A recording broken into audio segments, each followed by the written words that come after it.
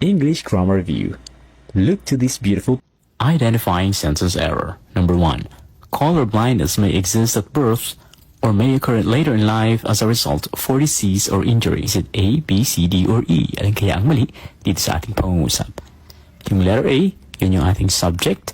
Yung color blindness, no problem naman doon sa provision nun. Exist is also correct dahil yung ginamit dito ay base form ng word exist. Ginagamit natin yung base form kapag sumusunod dito sa modal verb. Ang modal verb na ginamit ay may.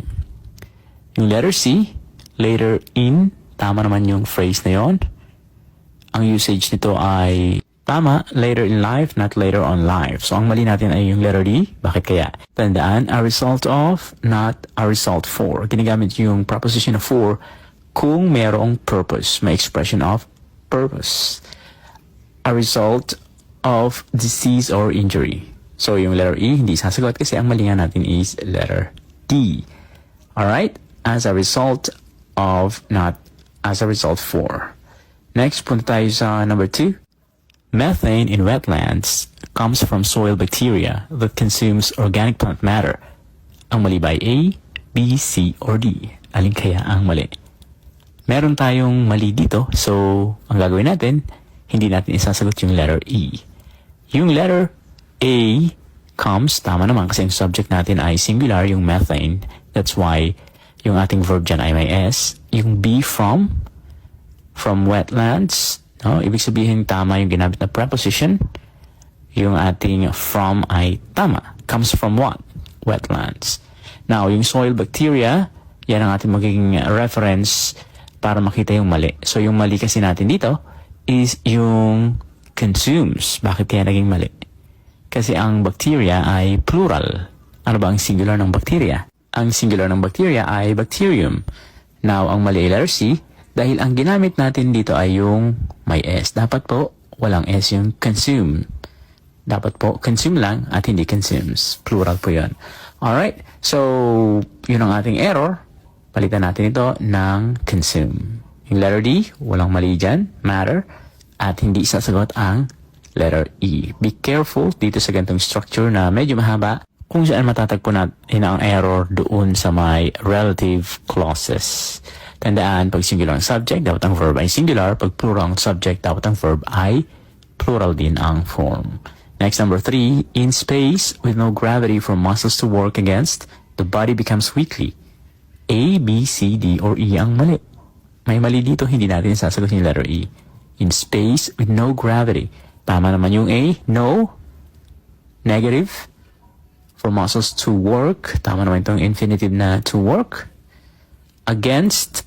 So yung preposition na against is also correct. Okay, so wala namang mali dyan. Work against. Now, yung mali natin ay kita natin yung letter D. Weakly. Body becomes weakly. So yung weakly is an adverb. Okay, yan ang mali natin. Bakit po kaya? Ang adverb, ang kaya niyang i-modify ay yung verb, adverb, at adjective.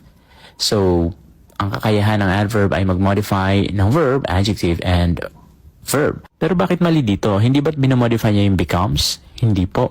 Kasi kulang yung statement. Nagmumukhang ang minamodify ng weakly ay yung body. Hindi kayang i-modify ng adverb na weakly yung body. Kasi ang body ay noun. Wala dun sa tatlong nabanggit. So, ang kaya lang mag-modify sa noun ay adjective. So, instead of weakly, ang gagawin natin ay weak, yung adjective form niya. Okay, so the body becomes weak, not weakly.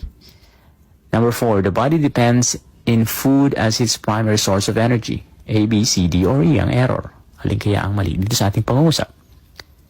Depends, tama naman yung depends kasi singular yung subject natin body. Dapat ang verb natin ay nasa S form. Singular subject, dapat may S yung verb sa subject and verb agreement. Diba? Sa present simple tense. In yung ating error. Na-spot agad natin kasi hindi natin gagamitin yung in. Instead of it, gagamitin natin ay depends on. So, yung letter C, walang mali kasi may possession dito, yung primary source of energy. So, tama yung ginamit natin, walang apostrophe na it's. Yung of, yung preposition na yun is also correct, yung usage, and yung letter E, hindi natin isasagot. Again, bakit naging error yung letter B? Kasi dapat po ay depends on, not depends in. If you're depending on something, gagamitin natin yung on, as in, depend directly on food. Hindi po yung preposition na in. Pwede mong gamitin yung depend upon, pero hindi mo pwedeng gamitin yung depend in.